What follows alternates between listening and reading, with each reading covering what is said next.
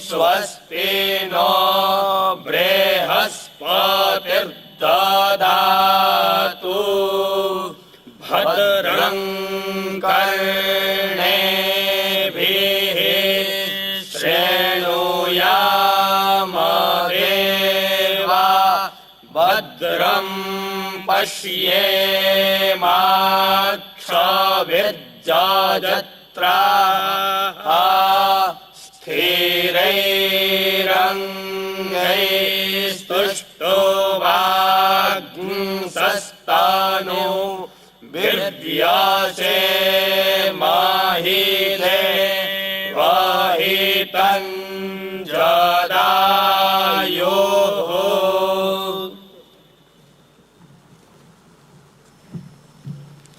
अभी मैं मंचासीन महानुभावों से विनती करूंगा कि आप दीप प्रज्वलित कर भारत माँ के चित्र के आगे पुष्प अर्पित करें।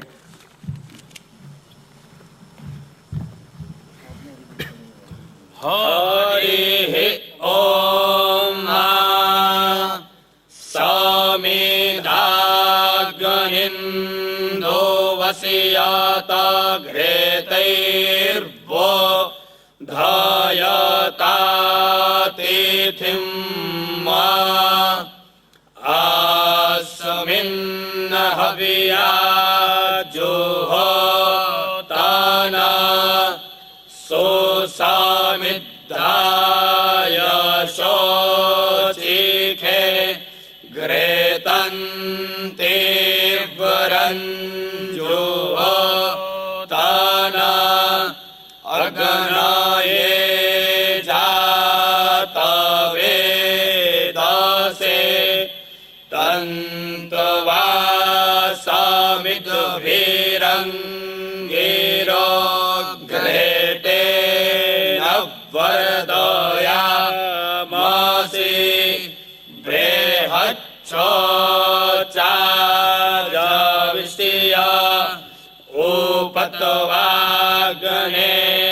हाविकमातिर्घृता चेर्जन्तो हर्जाता जो कसवासामेधो मामा।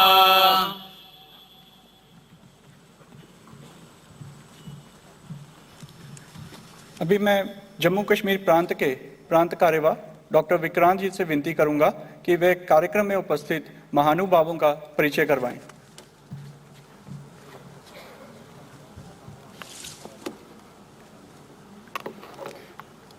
आज के इस कार्यक्रम में इस सभागार में उपस्थित सभी को मेरा सादर नमस्कार।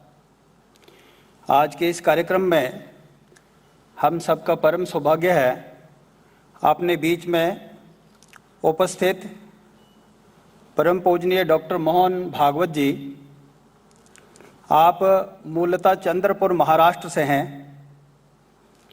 अपनी वेटनरी साइंसेज की बैचलर डिग्री नागपुर से पूरी करने के पश्चात आपने ओखला महाराष्ट्र से MVSC की शिक्षा पूर्ण की और उसके पश्चात वहीं से वर्ष 1974 में आप राष्ट्रीय स्वयंसेवक संघ के प्रचारक के नाते अपना जीवन प्रारंभ किया। राष्ट्रीय स्वयंसेवक संघ के अनेक दायित्वों का, जिसमें अखिल भारतीय स्तर के अनेक दायित्वों का निर्वहन करते हुए आप वर्ष 2000 से 2009 तक राष्ट्रीय स्वयंसेवक संघ के माननीय सर कार्यवाह रहे। मार्च 2009 से आप राष्ट्रीय स्वयंसेवक संघ के पूजनीय सरसंघ चालक के नाते हम सबका मार्गदर्शन करते हैं। आपका केंद्र नागपुर में है। उनके साथ दाईं ओर श्रीमान प्रोफेसर सीताराम व्यास जी, आप हरियाणा से हैं। आपने हिंदू कॉलेज रोहतक से आप राजनीतिक विभाग से, राजनीतिक शास्त्र विभाग से अध्यक्ष के नाते सेवानिवृत्त हुए हैं। आप अपने इस उत्तर क्षेत्र के माननीय क्षेत्र संघ चालक हैं। आपका निवास रोहतक में है। मेरी दाईं ओर श्रीमान डॉक्टर गौतम मैंगी जी, आप दंत चिकित्सक हैं। आप जम्मू डेंटल कॉलेज से प्रिंसिपल पद से सेवानिवृत्त हुए हैं। वर्तमान में आप अपने जम्मू कश्मीर प्रांत के माननीय सह प्रांत संघचालक के नाते हमारा मार्गदर्शन करते हैं। आज के इस कार्यक्रम में अपने बीच में 2 अखिल भारतीय अधिकारी उपस्थित हैं। श्रीमान डॉक्टर कृष्ण गोपाल जी,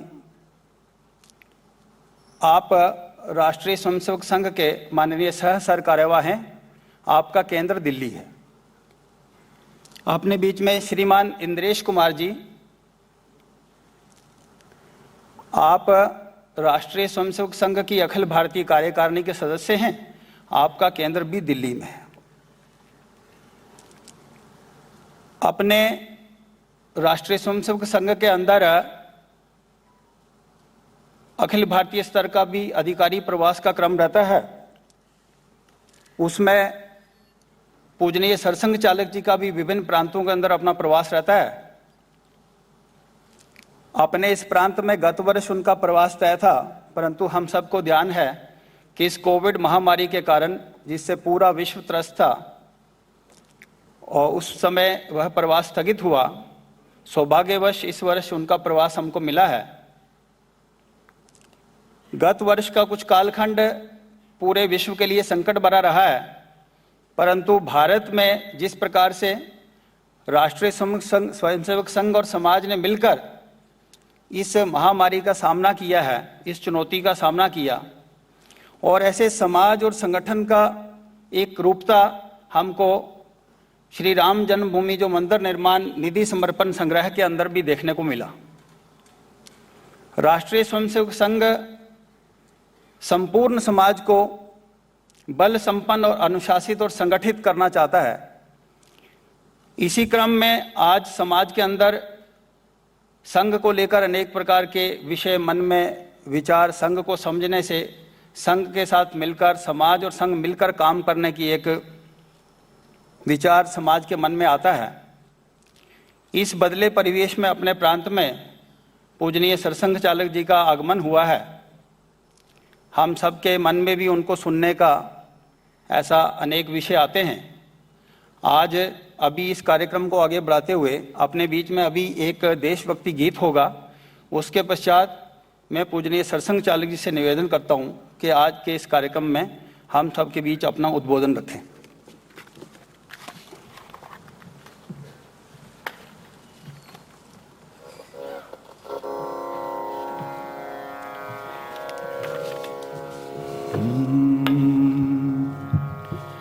जब सारी दुनिया भूली थी, माँ तुमने दीप जलाया था।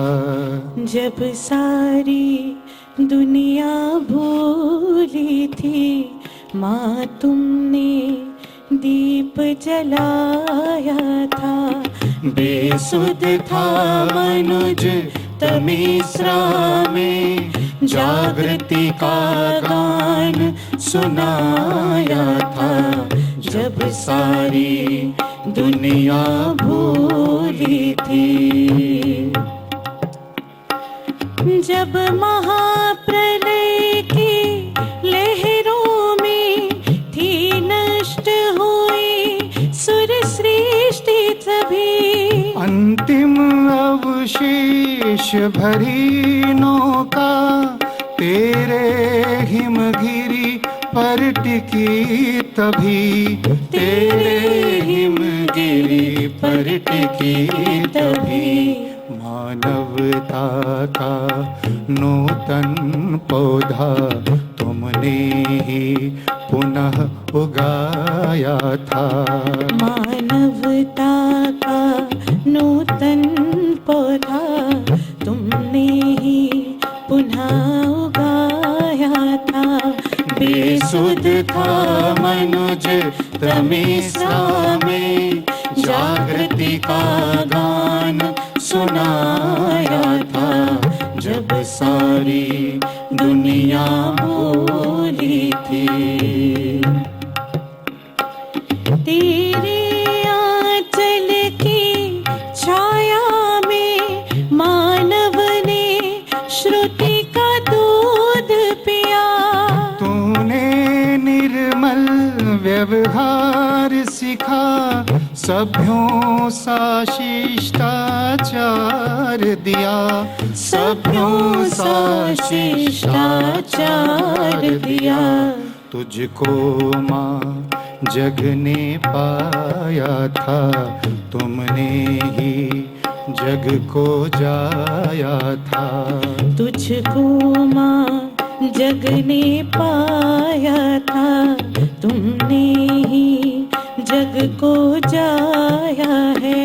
बेसुध था मनुज तमिश्रा में, जागृति का गान सुनाया था, जब सारी दुनिया भूली थी।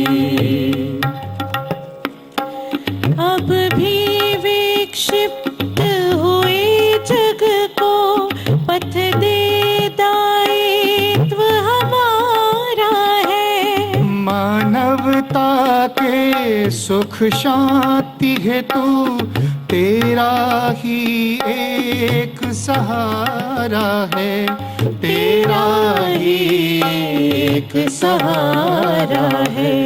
फिर से यह व्रत पालो जननी, युग युग से जिसे निभाया है। फिर से व्रत वह पालो जननी, युग युग से जिसे निभाया है।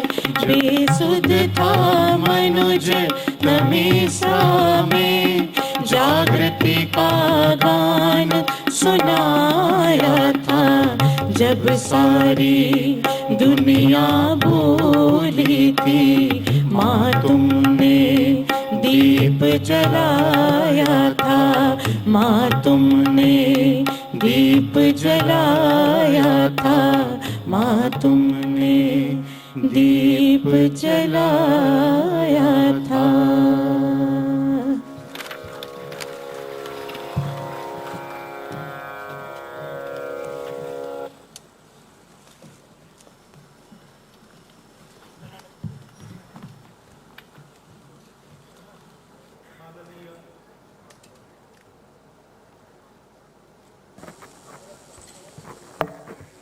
माननीय क्षेत्र संघ चालक जी, माननीय प्रांत संघ चालक जी, परम श्रद्धेय संत वृंद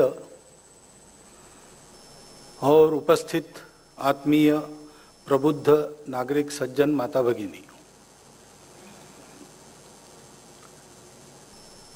आपकी अनुमति गृहीत लेकर मैं बैठकर बोल रहा हूं, क्योंकि जिस प्रकार का आज कार्यक्रम है उसमें मैं भाषण ऐसा नहीं करने वाला। आपके सामने मेरे मन में उठने वाले कुछ तरंग में चिंतन के लिए रखने वाला हूं। एक तरह से ये एक तरफा गपशप है और इसलिए मैं बैठकर बोल रहा हूं। आप सब प्रबुद्ध जन ऐसे हैं तो जिनके मन में प्रकर्ष से बोध का उदय हुआ है, ऐसे आप लोग हैं। और दूसरा, जो जन समाज का प्रबोधन करने वाले हैं, ऐसे भी आप ही लोग हैं। और इसलिए आपके सामने कुछ विचार रखूंगा, अपने चिंतन के प्रक्रिया से आप उसको निकालेंगे, उचित लगा तो लोगों को बताएंगे, उनका प्रबोधन करेंगे। इस आशा से मैं आपके सामने बोल रहा हूं, क्योंकि समाज का प्रबोधन ये बहुत आवश्यक बात है। व्यवस्था बदलती है, अभी 370 हटा, उसके बाद मैं आ रहा हूं, ऐसा कहा गया, छप भी रहा है ऐसे ही। तो 370 हटा यानी व्यवस्था में परिवर्तन हुआ। जो उद्देश्य है, जो वस्तुस्थिति है, जो प्रकृति है, व्यवस्था उसके अनुकूल होनी चाहिए। वो नहीं है ऐसा लगता था तो बहुत लोगों ने संघर्ष किया। यानी यूं कहे तो श्यामा प्रसाद मुखर्जी प्रजा परिषद आंदोलन के समय से जिस एक बात को मन में लेकर यहां संघर्ष हुआ, बलिदान हुए, वो मन की आस अपनी पूरी हो गई। ये हमने देखा। ऐसी परिस्थिति में मैं यहां हूं और उसका आनंद भी आप लोगों के मन में है, ये पता चलता है। परंतु केवल व्यवस्था परिवर्तन से नहीं होता है, क्योंकि व्यवस्था को चलाने वाले तो व्यक्ति रहते हैं, वो समाज से आते हैं, और जिस प्रकार का समाज है उस प्रकार के व्यक्ति सर्वत्र आते हैं। इसलिए अंग्रेजी में कहावत है, people get the government they deserve. तो जैसे हम हैं वैसे हमारे नेता। अब राजनीति है, एक दूसरे पर आरोप प्रत्यारोप, एक दूसरे की गलतियां नहीं, ये खेल चलता है, चलने दो। लेकिन थोड़ा उन बातों से अलिप्त होकर हम विचार करें तो जैसे हम हैं वैसे हमारी प्रतिनिधि है। और इसलिए हमारी प्रकृति के अनुसार, हमारी वस्तुस्थिति के अनुसार, हमारी आकांक्षाओं के अनुरूप व्यवस्था तब आएगी जब हम अपने आप को ठीक से समझते होंगे और ठीक से समझकर उस प्रकार अपना विकास करने के लिए हर प्रकार से संकल्पबद्ध होंगे। और ऐसा कुछ भव्य कार्य करना है तो उसके आड़े आने वाले क्षुद्र विचार, विकार और बाधाएं, उन पर मात करके अपने संकल्प को पूरा करेंगे ही, ऐसे निश्चय से अनुप्राणित सारा समाज हो। व्यवस्था बनाने में अनेक लोग लगते हैं, व्यवस्था को बिगाड़ने में बहुत थोड़े लोग चाहिए। इसलिए सारा ही समाज ऐसा अनुप्राणित होना चाहिए। वास्तविक समाज इस शब्द का अर्थ ही ऐसा है। समाज यानी केवल भीड़ नहीं, केवल समूह नहीं। गणित में सेट होता है, समान प्रकार की वस्तुएं, उनका समूह, उसको सेट कहते हैं। तो सेट समाज नहीं है, मनुष्यों का सेट ये समाज नहीं है, वो समज है। एक प्रकार का जन्म जिनको मिला है, सब मनुष्य है, लेकिन वो समअज तब बनते हैं जब उनके सामने एक उद्देश्य होता है। उनका अपना जीवन, सामूहिक जीवन एक उद्देश्य के लिए चलता है। हम भारतवर्ष के लोग हैं, क्या संपूर्ण भारतवर्ष के समाज के आगे ऐसा कोई उद्देश्य है? भले ही आज भूल गए हों, लेकिन उनके सामने ऐसा कोई ध्येय रखा गया है? उस ध्येय को पूर्ण करने के लिए क्या कभी उन्होंने पुरुषार्थ किया है? हमको अपने आप को समझना पड़ेगा। हमारे यहां हमारा ये जो समाज है, उसको समाज इसीलिए कहा जाता है कि उसके जीवन का एक उद्देश्य है, और वो बाकी सारी दुनिया से एकदम अलग विशिष्ट उद्देश्य है। उस उद्देश्य की परिपूर्ति के लिए इस समाज की निर्मित हुई। उस पुरुषार्थ को करने के लिए जो व्यवस्था बनाई गई, उसको हमारे यहां राष्ट्र कहा गया। बाकी दुनिया में अलग बात है, सर्वाइवल का प्रश्न था, और यह माना जाता था कि there is struggle for existence and the fittest will survive. तो मनुष्य प्राणी वैसे तो बहुत अशक्त है, सृष्टि में सबसे अशक्त मनुष्य प्राणी है।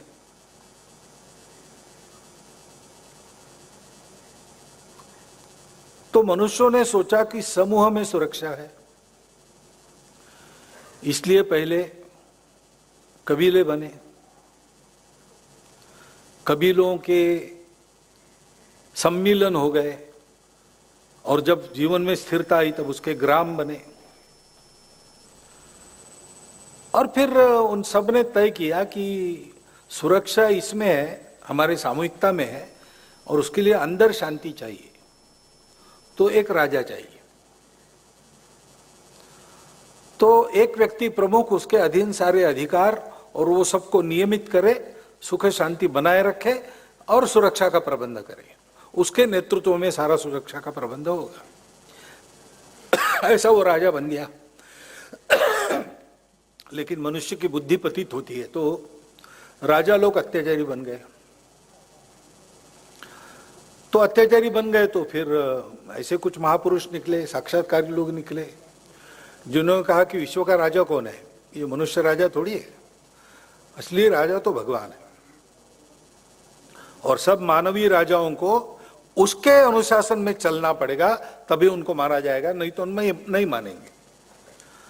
और इसलिए दुनिया में एक रिलीजन नाम की चीज, जो एक विशिष्ट अनुशासन मानती है, विशिष्ट पुस्तक मानती है, विशिष्ट भगवान का रूप मानती है, सत्य का रूप मानती है, और एक उसके तहत जो व्यवस्था बनती है, उस व्यवस्था में सबको बाध्य करती है कि उसी के अनुसार चले, उसी का अनुशासन माने। ऐसी एक व्यवस्था धर्म से नियंत्रित, राजा भी उसके अधीन, ऐसा चला। बाद में झगड़े भी हुए, राजा और धर्माचारी इनके झगड़े हुए, कौन अधिकारी है। उन झगड़ों में एक समझौता भी हुआ, ये मैं पश्चिम की बात कर रहा हूं, कि मरने के बाद के जीवन का विचार धर्माचार्य करेंगे, और जब तक इस देह में जीवित है उसका विचार राजा करेगा। इसलिए एक शब्द आ गया दुनिया के इतिहास में, जो हमारे यहाँ था नहीं, आजकल है, लेकिन वैसे गैर लागू है। वो शब्द है सेक्युलर। तो राज्य सेक्युलर रहेगा, धर्माचार्य शासन, ऐसे ऐसे चला। लेकिन धर्माचार्यों का भी ऐसा इतिहास रहा पश्चिम में बाद में, कि इन सारी बातों को उन्होंने व्यापार की वस्तु जैसा बना दिया। क्या लगता है, क्योंकि फ्रांस जैसे देश में और मध्य युग में बड़े बड़े अमीर लोगों से और सरदारों से पैसे लेकर स्वर्ग में उनकी सीट रिजर्व की जाती थी। ऐसा जब हुआ तो अब जाएगा मनुष्य, राजा भी ठीक नहीं और धर्म के अधिकारी जो कहलाते हैं वो भी ठीक नहीं। सभी अपना अपना स्वार्थ पूरा कर रहे हैं और शोषण बढ़ा है। तो मनुष्य जाति के हाथ में विज्ञान लगा, और फिर उन्होंने वैज्ञानिक लोगों ने ये कहा कि कुछ नहीं, हम जानते हैं सारी सृष्टि को जानना चाहते हैं, जानो, प्रयोग करो, अनुभव लो, और प्रतीति से जो सिद्ध होता है उसी को मानो। भगवान को भी अगर मानना है तो भगवान को हमारे टेस्ट ट्यूब में आना पड़ेगा। और उसके आधार पर ऐसे जो भ्रमजाल बुने जाते थे इन सारी बातों को लेकर, उसका भेद हुआ, मनुष्य जाति सुखी हुई, विज्ञान में कितनी प्रगति हुई। लेकिन प्रगति तो हुई, लेकिन ये भी बात आई सर्वाइवल ऑफ द फिटेस्ट। तो सब लोग स्पर्धा करने लगे और सारे सुख के साधन अपने ही हाथ में केंद्रित करना, ऐसी उनकी बात चली। उसके चलते शोषण जन्मा। तो व्यक्तिवाद के विरुद्ध दूसरा परिवर्तन आया, समाजवाद खड़ा हो गया। उस समाजवाद ने भी रशिया में, चीन में क्या क्या किया अब जानते हैं हम लोग, इसलिए उसके विरुद्ध भी प्रतिक्रिया हुई। फिर से लगा कि ये व्यक्तिवाद और जड़वाद हावी होगा। दूसरे तरफ से एक नया वामपंथ, न्यू लेफ्ट के नाते फिर से जड़वाद और समाजवाद हावी होगा। ऐसा चल रहा है। इस सारे खटपट में, संघर्षों में 2000 वर्ष से ये प्रयोग हुए, लेकिन मनुष्य को सुख नहीं मिल रहा है, संतोष नहीं मिल रहा है। साधन सुख के बहुत बढ़ गए। विज्ञान जैसा एक अमोघ साधन अपने हाथ में आ गया, उसके कारण बहुत सारी बातें हम जानने लगे। मनुष्य के जानकारी का स्तर, ज्ञान का स्तर बहुत बढ़ा, परंतु आत्महत्याओं का प्रमाण बढ़ा। नई नई बीमारियां आ गई कि भेजी गई, इसकी भी चर्चा चल रही है। और देशों देशों के संघर्ष बढ़े, पर्यावरण का नाश होने लगा। और ऐसी सारी अवस्था में आज अगर हम देखते हैं, विशेषकर ये कोरोना के 1 साल के बाद, अभी 1.5 साल हो गया, सारी दुनिया में एक पुनर्विचार चला है। विकास का प्रतिमान क्या हो, अभी तक एक सेटल्ड व्याख्या थी, पश्चिम से आई हुई, सारी दुनिया में लोग उसी व्यवस्था में चलते थे, लेकिन अभी उस पर प्रश्न चिन्ह उत्पन्न हुआ। इसलिए नए शब्द आने लगे हैं, डेवलपमेंट नहीं, सस्टेनेबल डेवलपमेंट और इको फ्रेंडली जीवन। अब हमारे यहां ये तो बहुत पहले से है, दुनिया को आज उसका पता चल रहा है और रास्ता नहीं मिल रहा है, अभी भी रास्ता नहीं मिल रहा। और इसलिए ये विचार चल रहा है दुनिया में कि कोई तीसरा रास्ता होना चाहिए, और वो रास्ता भारत के ही पास होना चाहिए। इसलिए भारत की ओर आंखें लगी है, क्योंकि भारत में ये सारी बातें नहीं थी। हमने 6000 साल कम से कम खेती की है अपनी जमीन में, भारत में। हमारी जमीनें आज भी देती है। अफ्रीका के जमीन जैसी कुंवारी जमीन में पाश्चात्यों के कारण 600 साल की खेती हो गई, वो जमीन ऊसर बन गई, अब उसको बार बार विश्राम देना पड़ रहा है। हमारे यहां उस समय की तकनीकी के उच्चतम आविष्कार थे। ढाके की मलमल जैसी मलमल आज भी कंप्यूटराइज्ड मशीन पर बनना कठिन बात है, लेकिन हमने बनाई। उत्कृष्ट क्वालिटी का फौलाद, अभी स्तंभ है, दिल्ली में स्तंभ है, जंग नहीं खाता। सांची में है, जंग नहीं खाता। नागपुर की हमारी टेक्निकल इंस्टीट्यूट है, उन्होंने रिसर्च किया, झारखंड के जंगलों से लोगों को ले आए, उनका 32 लोगों को उठाकर कहीं पर भी ले जा सकते हैं, ऐसा 32 लोगों के द्वारा उठाकर ले जा सकते हैं, ऐसा फर्नेस, उसमें उन्होंने फौलाद बनाया। उसके कुछ 27 पैरामीटर्स उन्होंने तय किए। पूरे 27 पैरामीटर्स की कसौटी पर खरा उतरने वाला फौलाद और कोई बना नहीं सका है अभी तक। हमारे यहां इतनी प्रगति थी। विलियम डैली रिम्पल अपने पुस्तक में लिखता है कि ईस्वी सन 1 से लेकर ईस्वी सन 1700 तक भारत आर्थिक दृष्टि से पूरे दुनिया में अग्रणी था। दुनिया के उत्पादन में सबसे अधिक योगदान उसका था, दुनिया के व्यापार में सबसे अधिक हिस्सा उसका था। हम आर्थिक दृष्टि से अग्रणी रहे। सारी बातों में अच्छे होने के बाद भी हमारा पर्यावरण खराब नहीं हुआ। हमारे यहां आपसी कटु संघर्ष ऐसे नहीं हुए। विदेश के संपर्क में आने के बाद, सिकंदर के आक्रमण के पश्चात हमारे यहां पर ही सारा अधपतन का दौर चला है। तो हम ऐसे अलग विशिष्ट क्यों बने, और हमको इन सारी बातों की, संकटों की बाधाएं अपने पद्धति से हम चलते थे, तब क्यों नहीं हुई? वहां पर जो राष्ट्र बने वो इस सर्वाइवल के डर से बने। फिर कोई एक फैक्टर मानव निर्मित, उसके आधार पर एकता करना। भाषा के आधार पर इंग्लैंड एक राष्ट्र है, आयरलैंड, स्कॉटलैंड, वेल्स और ब्रिटेन। अंग्रेजी भाषा वहां विकसित हुई आपसी संघर्ष में से ही, उसके आधार पर उनके संबंध बने। जब तक अंग्रेजी भाषा है, यूनाइटेड किंगडम है। अंग्रेजी भाषा अगर समाप्त हो गई तो यूनाइटेड चला जाएगा, किंगडम्स रहेंगे। आर्थिक व्यापारिक हितों की समान दृष्टि के आधार पर यूनाइटेड स्टेट्स ऑफ अमेरिका एक देश है, उसमें जब संघर्ष होता है तो वहां भी आजकल चलती है। एक रिलीजियस फिलॉसफी पर, इस्लाम के आधार पर अरब एक राष्ट्र है, सारे अरब कबीलों को जोड़ के रखने वाला इस्लाम है। वो अगर कहीं नहीं रहा तो उनका विघटन होने में देर नहीं होगी। इस प्रकार मनुष्य निर्मित कृत्रिम आधारों पर ये राष्ट्र बने और उन आधारों में मनुष्यों को बनाए रखने की आवश्यकता के कारण राष्ट्र यानी उसके साथ एक शासन ये आवश्यक हुआ, इसलिए कहते हैं नेशन स्टेट। और वो अपने अपने स्वार्थ का जतन करते हैं, विश्व एकता की और बंधुता की कितनी भी बातें करे, सब करते समय अपने स्वार्थ को पहले रखते हैं। अपने स्वार्थ को नुकसान नहीं है तो ढेर सारा परोपकार करेंगे। अपने स्वार्थ के लिए अगर दूसरे का अपकार भी करना है तो आगे पीछे नहीं देखेंगे। हम इतिहास देख रहे, वर्तमान देख रहे दुनिया का।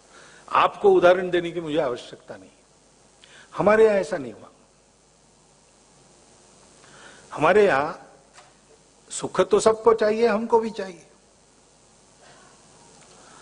लेकिन हमारे यहां सुख की खोज में हम लोग बीच में रुके नहीं, बाकी दुनिया रुक गई, क्योंकि उन्होंने सुख की खोज बाहर ही की, बाहर के पदार्थों में सुख खोजा।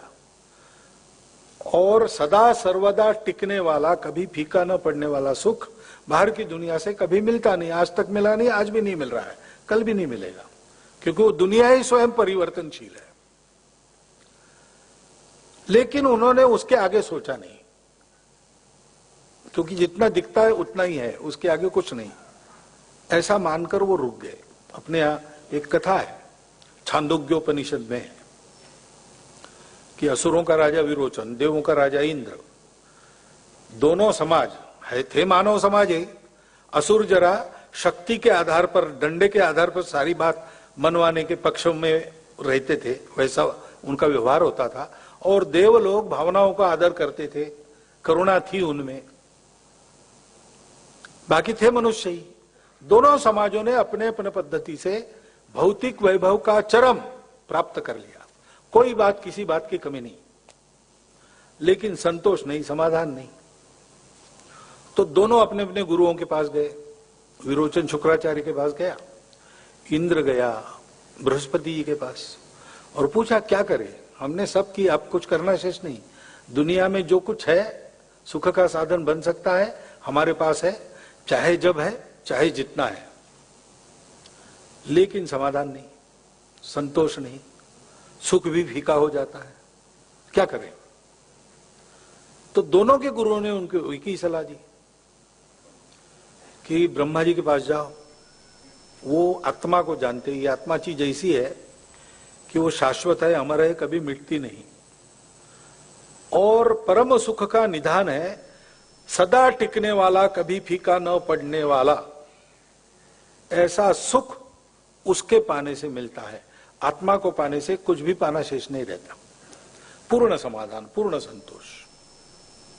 तो ब्रह्मा जी के पास जाओ, प्राप्त कर लो। तो दोनों गए, वलकल पहनकर, शिष्य भाव से हाथ में समिधा लेकर, और दोनों को एक ही काम के लिए जाना था, साथ ही चले गए।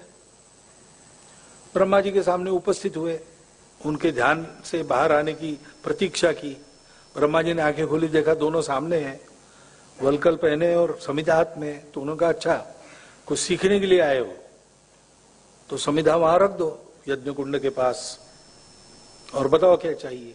तो समिधाएं रखी, नमस्कार किया और पूछा ब्रह्मा जी को कि आप आत्मविद्या को जानते हैं, आत्मा अमर है, शाश्वत है, और उसके पास सारा सुख है, कभी भी फीका नहीं होता है, और आत्मा अमर है इसलिए वो सुख भी शाश्वत है। तो उसको हमको देखना है, उसको कैसे देखना, हमको विद्या बताइए। तो ब्रह्मा जी ने कहा कि तुम देखते कैसे हो? आंखों से देखते हैं। तो फिर आंखों में कौन देखता है तुम्हारे? तुम देखते हो ये नहीं क्या? तो तुम्हारे आंखों में जो देखने वाला बैठा है ना, तुम हाथ भी हो, तुम पैर भी हो, तुम आंख भी हो, लेकिन ये तुम कौन है जो सब जगह है? वो तुम्हारे आंखों के अंदर बैठा है, उसको देख लो, वही आत्मा है। तो भी कैसे करना? तो दोनों एक दूसरे के सामने खड़े हो गए और एक दूसरे की आंखों में आंखें डालकर देखा तो प्रतिबिंब दिखा अपना अपना। क्या दिखेगा? वही दिखता है। तो उन्होंने मान लिया कि ये जो हम दिख रहे वही आत्मा है, और उस आनंद में दोनों वापस चले। मार्ग में वैतरणी नदी को लांगना था, नौका में बैठकर विरोचन चप्पू चला रहा था, इंद्र शोभा देख रहा था। उसको ध्यान में आया कि जो आत्मा जिसको हम कहते हैं पानी में अपना प्रतिबिंब, वो तो चप्पू चलाने से नष्ट हो जाता है। तो उसने विरोचन को कहा कि गड़बड़ हो गया, कुछ ब्रह्मा जी ने गुत्थी डाली है अपने सामने सुलझाने के लिए, ये तो नष्ट हो रहा है, आत्मा तो अमर है, शाश्वत है। विरोचन ने कहा नहीं नहीं भाई, ऐसा क्यों करेंगे, बहुत परिश्रम से यहाँ तक आए, अब फिर एक बार वापस जाना वगैरह हमको नहीं चाहिए। हम समझ गए जो दुनिया में दिखता है वही सच है, उसके परे सच कुछ नहीं है।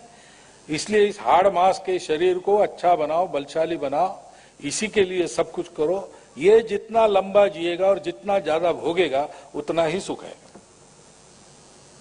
इसको शाश्वत बनाओ, इसको अमर बनाओ।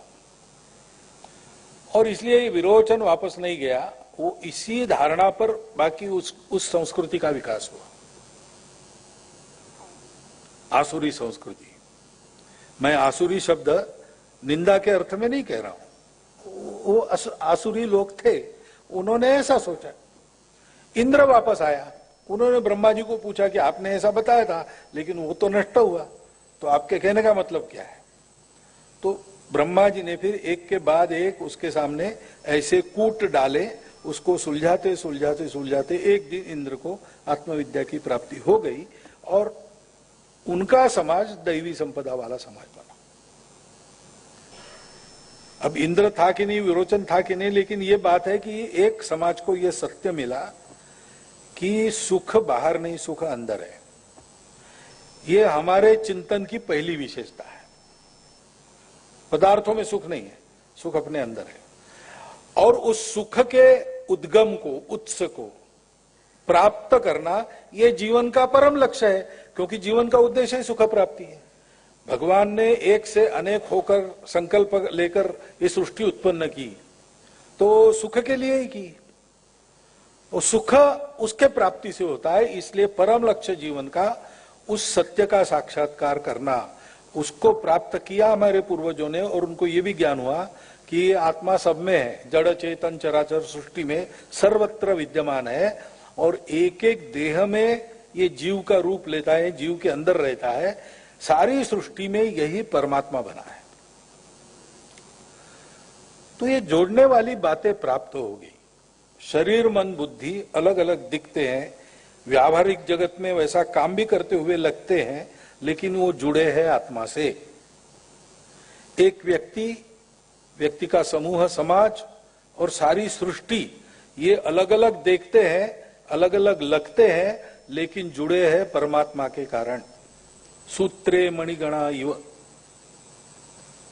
और इसीलिए शरीर मन बुद्धि के सुख का व्यापार अर्थ और काम के द्वारा चलता है। अर्थ और काम को मान्यता है, वो लेजिटिमेट परस्यूट है, उनको पुरुषार्थ कहा है। लेकिन उपभोग में सुख नहीं है, अंदर देखना है। तो बाहर के भोगों से विरत होकर अंदर जाना पड़ेगा। इसलिए उपभोग के लिए जीवन नहीं, संयम का जीवन असली जीवन है, मनुष्य जीवन है। और इसलिए इस जीवन में उस संयम का आचरण ये वैधा आचरण माना जाता है। Everyone for himself and they will take the hindmost, ऐसी वहां विचार विकसित के जोड़ने वाला नहीं था। तो एक का सुख चाहिए तो बाकी को, शरीर का सुख चाहिए मन बुद्धि को गिरवी रखो। मन का सुख चाहिए, स्वाभिमानी हो, कष्ट सहन करने पड़ेंगे, शरीर का सुख नहीं मिलेगा।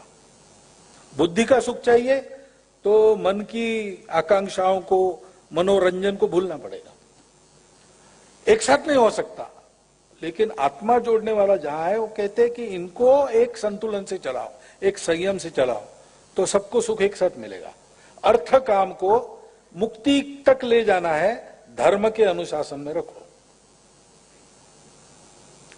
मनुष्य को समाज के लिए भी जीना है, सृष्टि के लिए भी जीना है, स्वयं के लिए भी जीना है। जीवन ऐसा होना चाहिए कि मेरे जीवन से सबका जीवन बने, मेरे अकेले का जीवन ना बने। और इसलिए ये जो जोड़ने वाला तत्व है हमारे पास आ गया।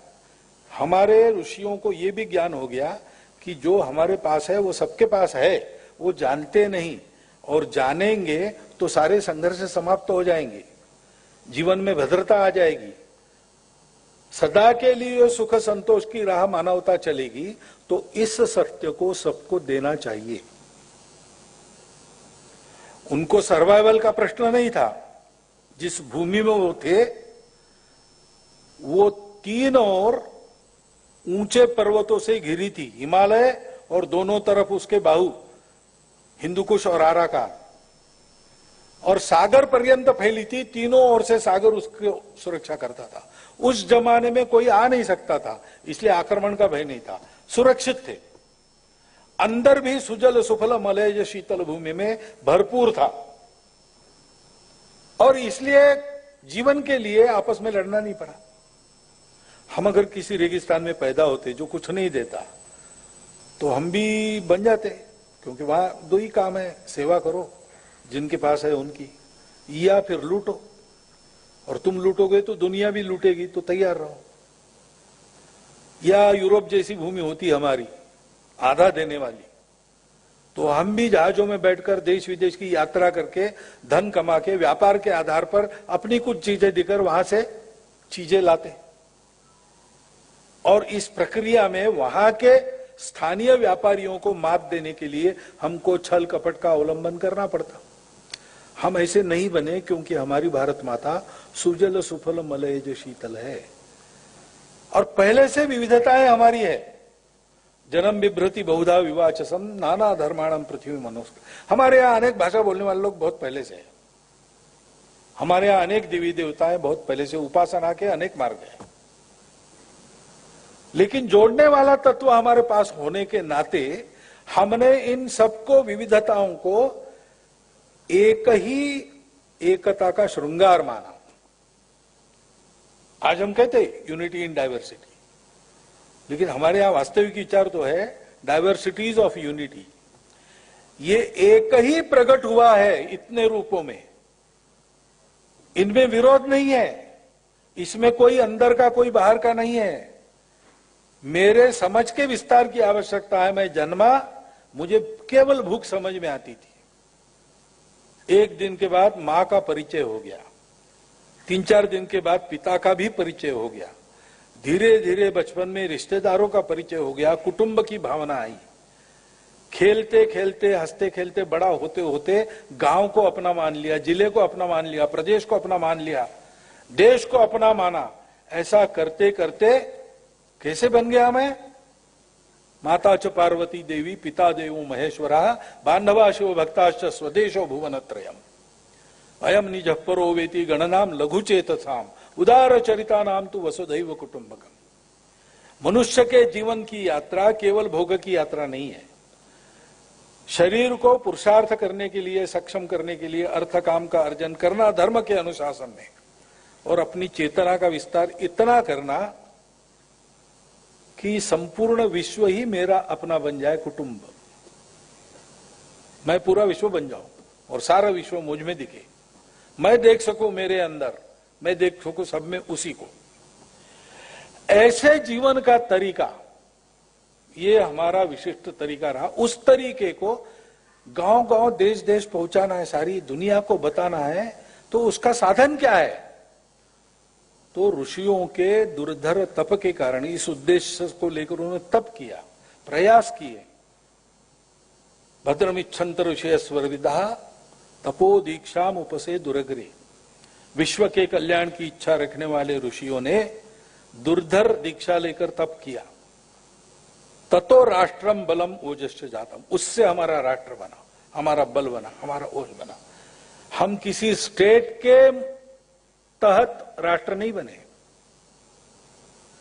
हमारे सामने संपूर्ण विश्व को सुख शांति युक्त, मनुष्यता युक्त, सबको साथ लेकर सबका विकास करने वाला ऐसा रास्ता है। उसको हम धर्म का रास्ता कहते हैं। धर्म का मतलब हमारे यहां पूजा नहीं है, पूजा भी उसका एक भाग है। मनुष्य के जीवन में सर्वत्र धर्म है। मनुष्य का स्वभाव है, उसको भी धर्म कहते हैं। कर्तव्य है, उसको भी धर्म कहते हैं। इहलोक में परलोक में सुख देने वाला धर्म है, ऐसा भी कहते हैं। तथागत ने कहा कि पहले, मध्य में और बाद में सर्वत्र आनंदमय धर्म है। तो सर्वत्र सुख देने वाला जीवन का तरीका, जिसमें हर एक का स्वभाव ध्यान में रखकर उसका कर्तव्य निर्धारित किया जाता है, वो धर्म हमारे पास था। उस धर्म को सारी दुनिया को देना पड़ता है। जैसे आज की स्थिति है, संतुलन चला गया है, एक्सट्रीम पर चले जाते लोग, एक्सट्रीम पर जाने के कारण संघर्ष होता है, हानि होती है, कट्टरपन भर गया है, अहंकार बढ़ गया है। मैं अपने आप को उच्च मानता हूं, श्रेष्ठ मानता हूं, जाति पाति का भेद करता हूं। हमारे देश में है बीमारी, बाहर से आई, बाद में आई, लेकिन बहुत दिनों से है और जा नहीं रही है। मैं अपने समूह को श्रेष्ठ मानता हूं और मानता हूं कि भगवान ने उसको सारे अधिकार दिए हैं, बाकी सबको उसकी दया के तहत दुनिया में रखना है। ये हमारा सामूहिक अहंकार है। ऐसे ईगोज बढ़े, प्रगति आई, विज्ञान आया, ज्ञान की दृष्टि आई, लेकिन ये अहंकार नहीं बदला। व्हाइट मैन्स बर्डन नाम की कविता लिखी गई कि जाओ सारी दुनिया के असभ्य लोगों को सभ्यता सिखाओ, और नहीं सीखते हैं तो लूटो उनको। यही किया। हमारा एकदम अलग विकास है। विश्व कल्याण के लिए हमको ये बताया गया कि हमारा पर्पस क्या है, हमारा समाज क्यों है, उस समाज के सामने उद्देश्य क्या है, ये बताया गया। एतद् देश प्रसूतस्य सकाशाद अग्र जन्मनात् स्वम स्वम चरित्रम शिक्षेरम पृथिव्याम सर्वमान। पूरे भारत के इतिहास में इतिहास ने आंखें भी नहीं खोली थी तब से यह सूत्र चल रहा है। इसी के तहत समाज चलता है, जाने अनजाने इसी को मानकर चलता है। ऊपर से कुछ थोपना नहीं पड़ता, उसका स्वभाव ऐसा बन गया। उस स्वभाव को हम संस्कृति कहते हैं। मेरा आपका जो होता है उसको स्वभाव कहते हैं। हम सबका मिलके एक जो होता है उसको हम संस्कृति कहते हैं। ये संस्कृति हमारी सनातन काल से चलती आई। देवी देवता बदलते रहे, उपासना के तरीके बदलते रहे, भाषाएं नई आती गई, पुरानी मिटती गई, प्रांत प्रदेश बदलते गए, राज्य राजा बदलते गए, लेकिन इस पूरे लंबे इतिहास में अभी तक एक सूत्र कायम है। संपूर्ण विश्व के लिए आत्मीय दृष्टि रखने वाला और स्वयं के लिए संपूर्ण शुचितामय जीवन बनाने वाला दृष्टिकोण, वो हमारी संस्कृति। आज भी देखिए भारत के सब प्रांतों में, सब प्रदेशों में आप कुछ खरीदिए, तोल के मिलेगा, ऊपर से कुछ और मिलेगा। आम खरीदने जाओ, 100 खरीदे जाएंगे, बाद में वो 5 रख देगा। चावल खरीदने जाओ, 5 किलो खरीदे, ऊपर से 1 मुट्ठी डाल देगा। सब्जी वाले के पास जाओ, धनिया हरी धनिया खरीदो, 2 जूड़ी देगा, ऊपर से 2 काढ़े रख देगा। आज भी है, सर्वत्र है, हर भाषा में भारत के इसके लिए शब्द है। दुनिया के किस धर्म ग्रंथ में ये लिखा है? ये हमारा स्वभाव है, प्रामाणिकता। गलती से भी कम नहीं जाना चाहिए। मैंने पैसा लिया है, मुझे पूरा देना है, और गलती न हो इसलिए मैं दे के रखता हूं सरप्लस। कुछ अनजाने में हो गया है तो उसकी पूर्ति हो जाएगी। ऐसी कितनी ही बातें हैं अपने यहां। बड़ों के आगे झुकना, चरण स्पर्श करना सर्वत्र है, बाहर नहीं है। बाहर अभिवादन के प्रकार है दूसरे, लेकिन आज हमारे यहाँ फर्स्ट सेक्रेटरी वगैरह रहे लोग भी, या अभी है ऐसे लोग भी, उनके घर के बुजुर्ग जब आते हैं, सार्वजनिक स्थान पर भी मिलते हैं तो भी चरण स्पर्श करते हैं। ऐसी कई बातें, वो संस्कृति जो सा प्रथमा संस्कृति विश्ववारा, ऐसा जिसको कहा है, और प्री क्रिश्चियन प्री इस्लामिक काल में इसी का सारे विश्व पर प्रभाव था। कहीं पर हमने साम्राज्य नहीं किया तो भी सारे दुनिया ने खुशी खुशी इसको स्वीकार किया। उस संस्कृति को देना, उस धर्म को देना जो संतुलन देता है, जो विकास के कारण पर्यावरण की हानि नहीं करता, जो व्यक्ति के विकास में समाज के विकास को बाधा नहीं बनने देता, व्यक्ति के विकास को समाज के विकास में बाधा नहीं बनने देता, और दोनों के विकास को सृष्टि के विकास के पूरक बनाता है। जो अर्थ और काम को संतुलित तरीके से चलाकर उनको भी सफल करता है, इस गृहस्थ जीवन से संपूर्ण समाज की धारणा होती है, ऐसा धार्मिक जीवन भी उनका बनता है। और अंत में ये सारा करते हुए अंत के समय में वो मन में एक संतोष लेकर इस जीवन से जाते हैं, एक तरह से मुक्ति की ओर बढ़ते हैं। ऐसा जीवन का तरीका हम ये है, हम भारत है, यानी क्या है, हम ये है। हमारे अनेक प्रांत है, हमारे अनेक राज्य है, हमारी अनेक व्यवस्थाएं भी हो सकती है। समाज के अंतर्गत तो है ही अलग अलग रीति रिवाज, खान पान भी भूगोल के अनुसार अलग अलग है। देवी देवता तो पहले से है और नए नए आते हैं, बाहर से भी आ गए, लेकिन इससे हमारी एकता नहीं बदलती। हम जब विचार करते कोई बाहर का है कोई अंदर का है तो ये गलत हो जाता है। व्यवस्था तो बदली, जैसे यहां 370 नहीं है अब भारत के सब नागरिकों के लिए, लेकिन मन से गया क्या? आज अब भारत में राज्य है, भाषावार प्रांत रचना है, तो राज्यों के झगड़े क्यों होते हैं? बेलगांव किसका, कावेरी नदी का पानी किसका? नदी में पानी नहीं है, कावेरी सूख रही है और नदी के नाम पर खून बहता है। व्यवस्था बदलने से क्या होगा? ये मानसिकता बदलनी चाहिए। व्यवस्था बदलने से भी होगा, परंतु मानसिकता बदले बिना पूर्णता नहीं आएगी। हम सब भारत के लोग हैं, हम सब एक हैं।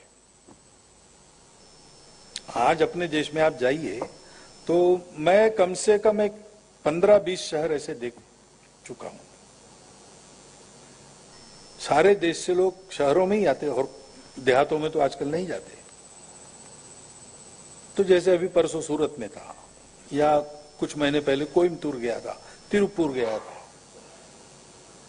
आजकल की भाषा में कहते कॉस्मोपॉलिटन, सब भाषा बोलने वाले, सब प्रांतों के लोग वहां आकर वहां के बाशिंदे बन गए हैं और किसी का कोई नुकसान नहीं हुआ है, किसी का कुछ छीना नहीं गया है, सब लोग बसे हैं।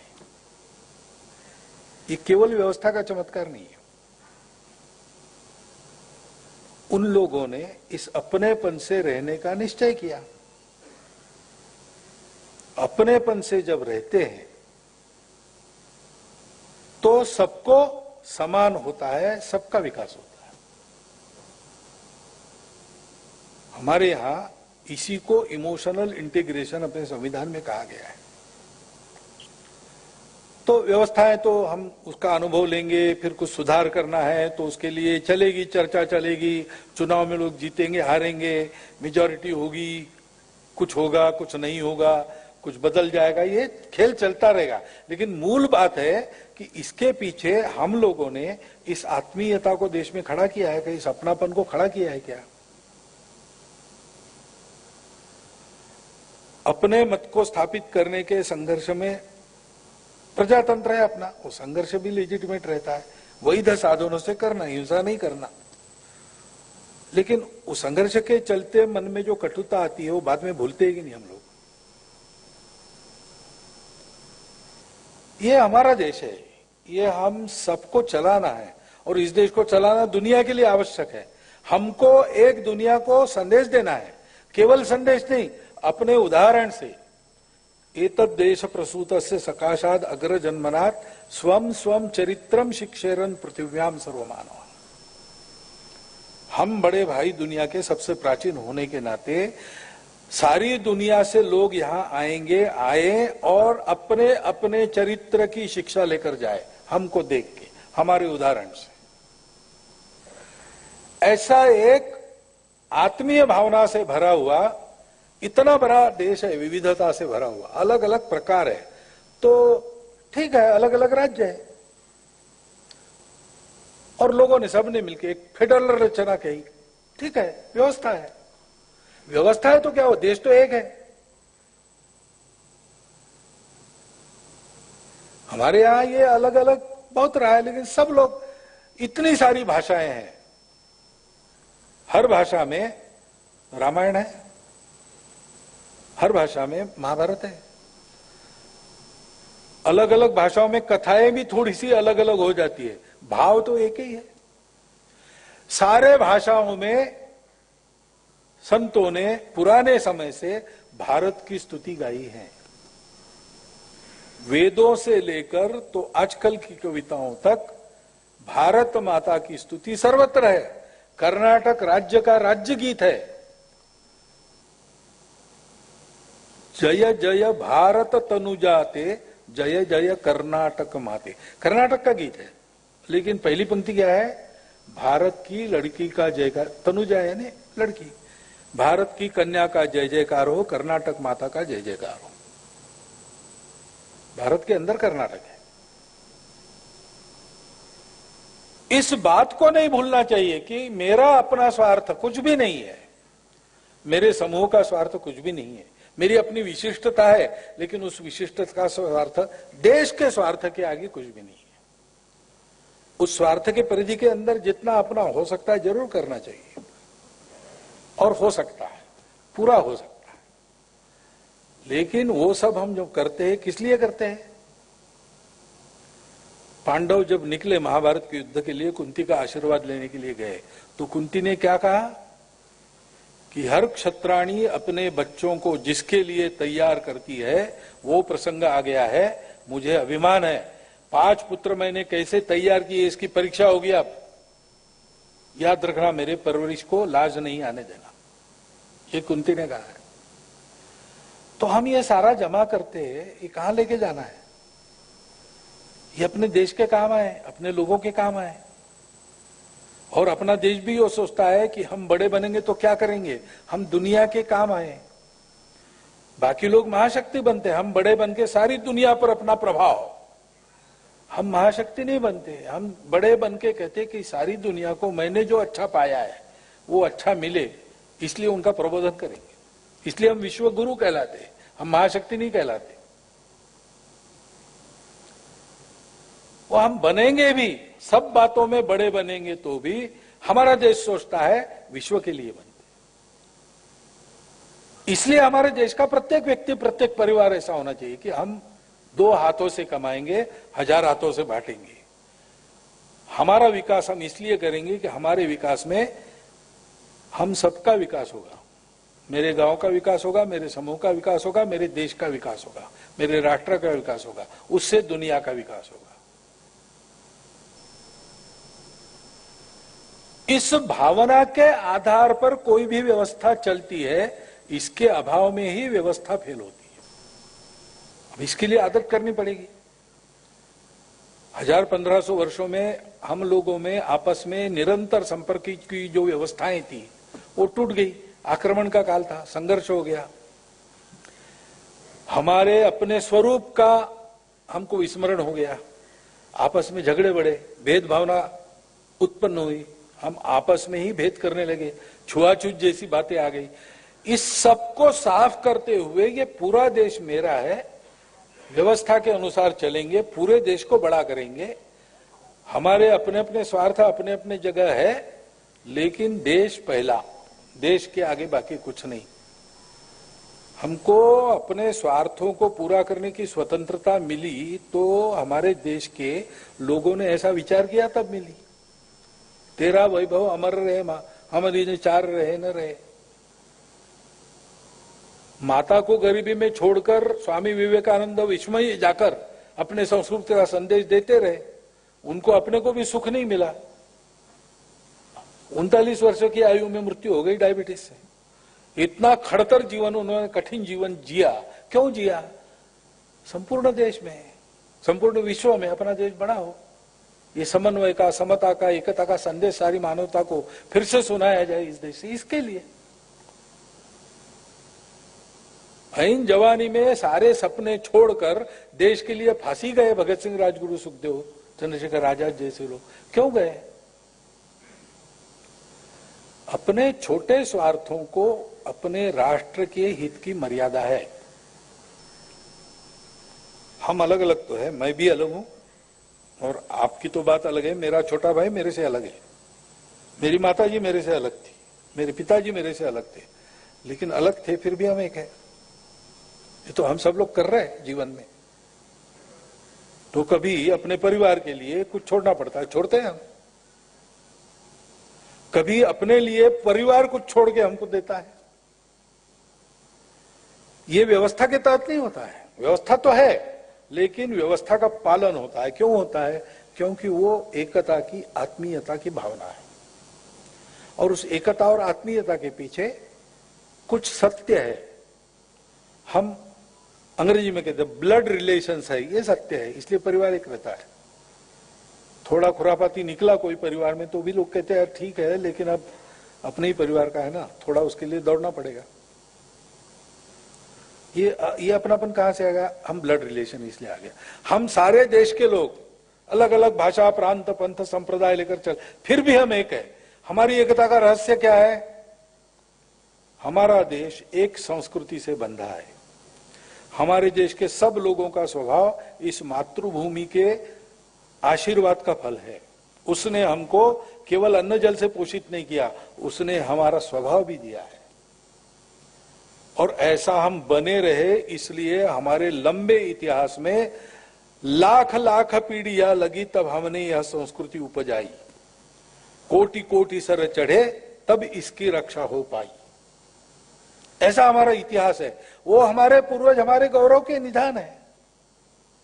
इन सूत्रों का पुनर्जागरण, उसके आधार पर अपनी विविधताओं का, विशिष्टताओं का पूर्ण स्वीकार और सम्मान करते हुए, एक दूसरे के जीवन को समृद्ध बनाने का पुरुषार्थ करते हुए, हम सबका एक राष्ट्र के नाते दुनिया में संदेश देने लायक बनना, ये अपनी तो आवश्यकता है ही, दुनिया की भी आवश्यकता है।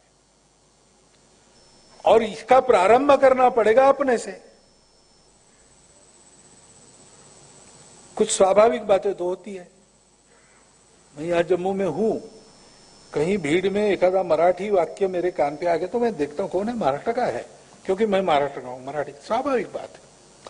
लेकिन इसकी एक मर्यादा है। मैं महाराष्ट्र का हूं, मराठी हूं, लेकिन उसके परे मैं भारत का हूं। तो यहाँ की भी भाषा, यहाँ एक छात्रावास चलता है लड़कियों का, उन लड़कियों ने भारत के हर भाषा का गीत याद किया है और सुनाती है। प्रयास करके कोई बाहर से देखने आ गया तो उसको उसकी भाषा का गीत मानती। भारत की हर भाषा का गीत हमको कंठस्थ होना चाहिए, ये भाव होना चाहिए। हमारी अनेक छोटी बातें हैं, हमारी विशिष्टता है, भाषा है, प्रांत है, पंथ संप्रदाय है, हमारे छोटे छोटे हित भी है। जीवन चलता है उसके आधार पर, उसको नकारना कोई नहीं चाहेगा, किसी ने नकारना नहीं चाहिए, ये बातें हैं। उसके चलते प्रयास भी चलेंगे।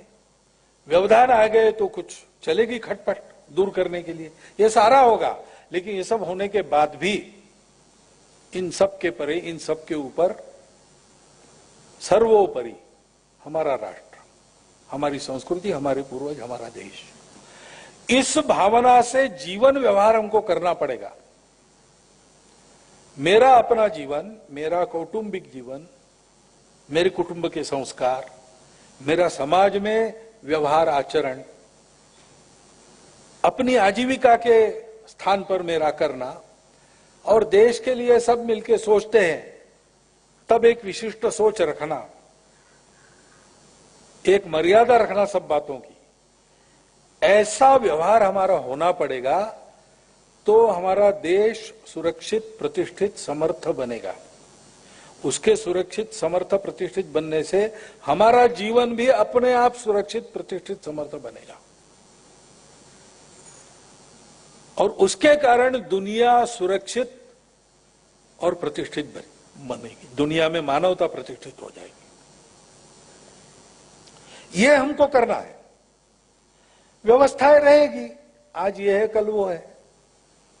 जिसकी असुविधा होती है उसकी बदलने की एक प्रक्रिया अपने देश के तंत्र में, उसके तहत बदलती है। मत अपने अपने रहते हैं, लेकिन एक बार निर्णय हो गया सबका मिलके, उसके तहत चलना चाहिए। इसी में बुद्धि, इतना बड़ा संघ चलता कैसे, इसका कोई सैंक्शन नहीं है। लेकिन हमारे यहाँ एक पक्की बात है, हम सबके अपने अपने मत है, चर्चा होती है तब हम बोलते हैं, स्पष्ट बोलते हैं, आवाज चढ़ाकर भी बोलते हैं, सारी बातें होती है, लेकिन एक बात पक्की, ये सब करते समय हम अपनों में अपने विषयों की चर्चा कर रहे हैं। और मत सबका अलग अलग हो सकता है, लेकिन मन हम सबका एक है। और एक बार निर्णय हो गया तो उसके बाद हम उसके साथ हैं, मन से साथ है। मेरा मत था, चर्चा तक था, उसके बाद सबके निर्णय में मेरा निर्णय विलीन है। ये एकात्मता है, ये सामूहिकता है। हमारे सब क्रियाकलापों में, केवल यहां की बात मैं नहीं कर रहा हूं, पूरे देश में ही व्यवस्थाओं के बहुत ज्यादा, यानी क्या कहते हैं उसको, बहुत ज्यादा अतिवादी हम व्यवस्था के मामले में बन गए, तो छोटी छोटी बातों में, जनहित के कार्यों में भी अड़ंगे पड़ते हैं।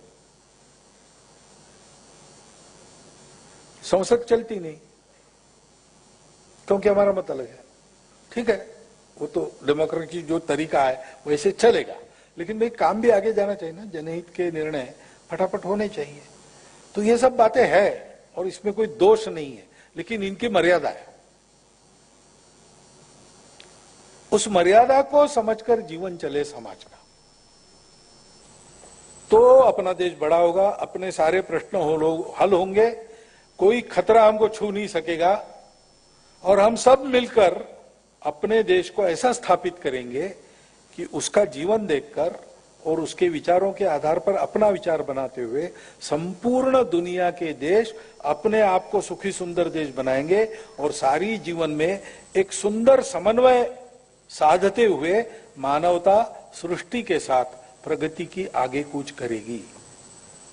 इसके लिए भारत है, इसके लिए हम भारतीय है, और इसलिए इस राष्ट्र की इस त्रिविध एकात्मता के उद्गमों को समझना, तीनों बातों को, उसके साथ तन्मय होना, अपनी अपनी विशिष्टता सब रखते हुए, अपने हित का उद्यम करते हुए सबके हित को साधना, ऐसे तरीके पर अपने को चलना है। ऐसा विचार मेरे मन में आता है, आपके चिंतन के लिए मैंने आपके सामने रख दिया। आप इसका विचार कीजिए और इसमें से जो उचित है, ऐसा आपको लगता है, वो सबको बताइए। इतनी एक प्रार्थना करता हूं और मेरा यह निवेदन समाप्त करता हूं। धन्यवाद।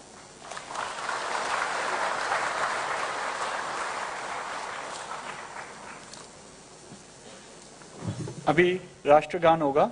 हम सभी